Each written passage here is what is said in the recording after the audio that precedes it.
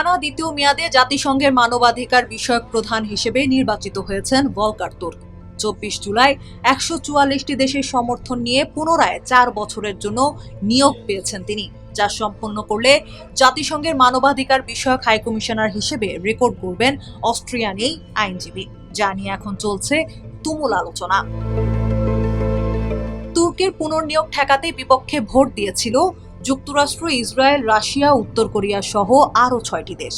বিশেষ করে গাজায় ইসরায়েলের সামরিক অভিযানের করা সমালোচনা করায় জাতিসংঘের মানবাধিকার প্রধানের মতো গুরুত্বপূর্ণ পদে কিছুতেই তুর্ককে দেখতে চায়নি যুক্তরাষ্ট্র ও ইসরায়েল। কিন্তু শেষমেশ তাদের চোখের সামনেই দ্বিতীয় মেয়াদে দায়িত্ব পেয়েছেন তুর্ক। পুনর্নির্বাচিত হওয়ার পর সোশ্যাল মিডিয়ায় কৃতজ্ঞতা জানিয়ে তুর্ক লিখেছেন, আজকের অস্থিরতা ও হতাশার সবচেয়ে কার্যকর প্রতিষেধক হলো মানবাধিকার।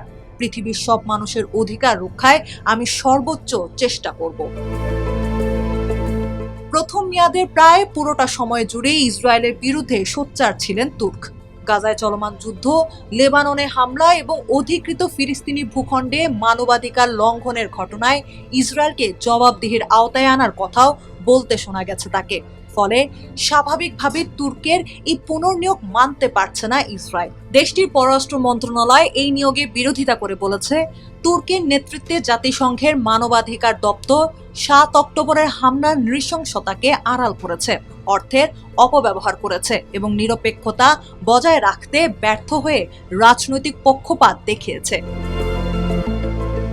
অন্যদিকে জাতিসংঘে যুক্তরাষ্ট্রের ব্যবস্থাপনা ও সংস্কার বিষয়ক প্রতিনিধি জেফ বার্টোসের ভাষ্য, জাতিসংঘের মানবাধিকার ব্যবস্থা বহু বছর ধরেই বিশ্বাসযোগ্যতা হারাচ্ছিল। ভলকার তুর্ক সেটিকে মৃত্যুশয্যায় নিয়ে গেছেন, আর 24 জুলাইয়ের ভোট সেই ব্যবস্থায় শেষ পেরেক ঠুকে দিয়েছে।